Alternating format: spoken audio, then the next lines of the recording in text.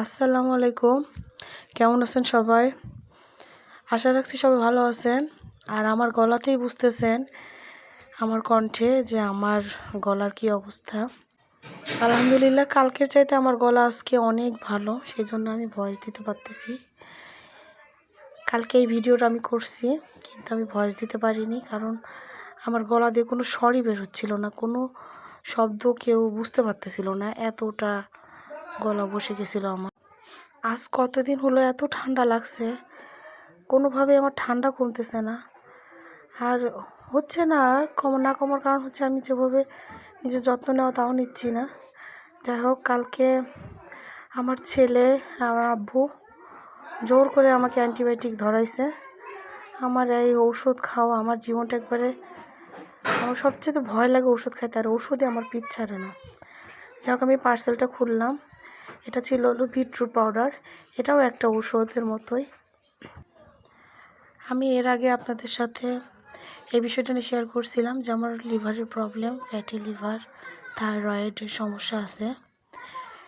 তাই আমি এই বিটরুট পাউডারটা অর্ডার করছিলাম, যেহেতু আমি ফেসবুকে বারবার দেখতেছিলাম এই বিটরুট পাউডারের অনেক উপকারিতা। আমি সেজন্য এটাকে অর্ডার নিলাম। তারপর প্যাকেটটা খুলে কাগজটা দিয়ে আমি কিছুক্ষণ খেলা করলাম। যাই হোক, খেলা করার পরে আমি এই প্যাকেটটাকে খুলে আমি এখনই শরবত বানায় দেখতে চাইলাম যে আসলে কালারটা কীরকম, সাথে সাথে পরীক্ষা না করলে কেমন হয়, আর এটা খাইতে কেমন লাগবে সেটাও একটু টেস্ট করি, খাইতে পারবো কি না আদৌ তাও জানি না। তখন আমি এটাকে প্যাকেটটা খুললাম। খোলার পরে আমি খুব একটা বেশি না, অল্প আমি এই বিটরুট পাউডারটা নিলাম হাফ চামচ। ওখানে বলাই আছে, দেখলাম হাফ চামচ পাউডারটা নিয়ে পানির মধ্যে মিশিয়ে খেয়ে ফেলতে হবে। এটা ওখানে দেওয়া আছে, দিনে 2-3 বার খাওয়া যাবে। তো আমি সেভাবেই নিলাম যে দেখি কেমন লাগে। তখন প্রায় বেলা 11টার মতো বাজছে, তখন আমি প্যাকেটটা খুলছিলাম। যাই হোক, এখানে সেবন বিধি, উপকারিতা সব কিছু দেওয়া আছে, আমি সেটাও আপনাদের ভিডিওর মধ্যে একটু দেখাইলাম।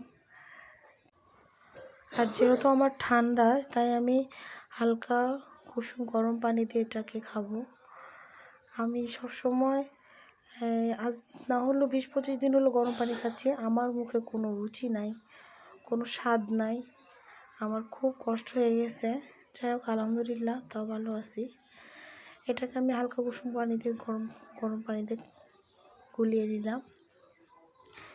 এইটুকু দেওয়াতে যে এত রং হয়েছে, কেমন লাগতেছে দেখতে পানিটা। এই লাল শাক সেদ্ধ করার পরে যে আমরা পানিটা ছেঁকে ফেলে দিই, সেই পানিটার কালারের মতো হয়েছে।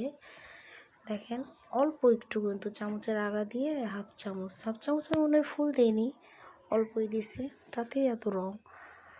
ভালোই লাগলো ব্যাপারটা, কি সুন্দর ওদের ভিডিওতে এভাবে দেওয়া আছে। তারপর আমি এটা খাইলাম। খাইতে আমি স্বাদ বলবো যে ঠিক ওই লাল শাকের পানি, মানে সেদ্ধ করার পরে যে পানিটা বের হয়, সেই পানিটা লবণ ছাড়া খাইতে যেমন লাগবে ঠিক ওই রকমই, লবণ দিয়ে খাইলে মনে হয় একটু স্বাদ লাগবে।